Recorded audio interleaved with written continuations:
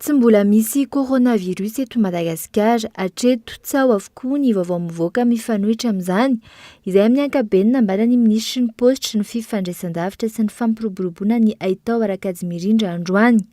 Mandroana ireo vaovao tsy marina miparitaka, iraiky ny tambazotra tserasera Facebook, misy ny fifanarahana natao tamin'ny orinasa Facebook mivantana.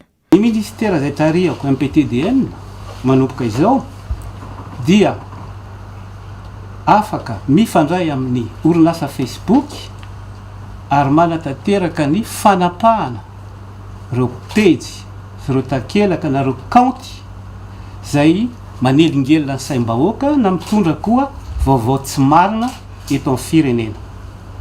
Izany hoe zay page na kaonty rehetrarehetra miopefy araka ny tsy tokony ho izy amin'izao fiparihan'ny coronavirus zay zao. Manana faneho-kevitra ny olona tsirairay, tsy nisy ny teny hoe tapenana ny fitenin'ny olona tsirairay. Raha manana fanontaniana aloha nareo ny larana maitso 700 afaka manontany ianao. Raha ohatra ianao ka tsy manaratsy, raha ohatra ianao ka tsy miteny zavatra marina, ohatra ianao ka tsy manakoritra mpanjakana, tsy manakoritra saim-bahoaka, inona moa ny antony tokony tsy ahafahanao miteny?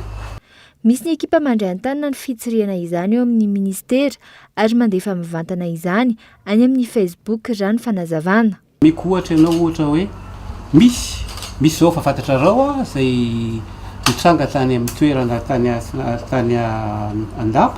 Raha ohatra kosa ilay olona ve mandainga, raha ohatra tsika zany amin'izao fotoana izao mbola eo amin'ny stade 0 dia misy olona sa manoratra sy miteny hoe efa misy olona 20 marary eto ohatran'izay, tsy miopefy izay zavatra izay, izany hoe io tsy maintsy hodinianay tsirairay dia ho tenenina hoe tia miopefy satria na ny fanarahana amin'ny Facebook ara dia tsy maintsy ampandrenesana hoe tia zavatra ity zany dia efa tena miopefy toy izao tiako tenena hoe le niveau na criticité an'le izy zany azavaina eo koa ary tsy izay rehetra satria zareo koa nge hijery an'io ary efa zatra izy zany satria ataony koa eo amin'ny firenena hafa.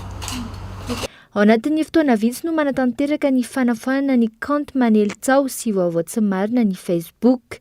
Eto misoroka izay fisian'ny osika eo amin'ny Facebook izay hatrany dia ampahafantarina ny Facebook tsy ho ela ihany koa ireo pejy ofisialy ny ministera rehetra eto Madagasikara.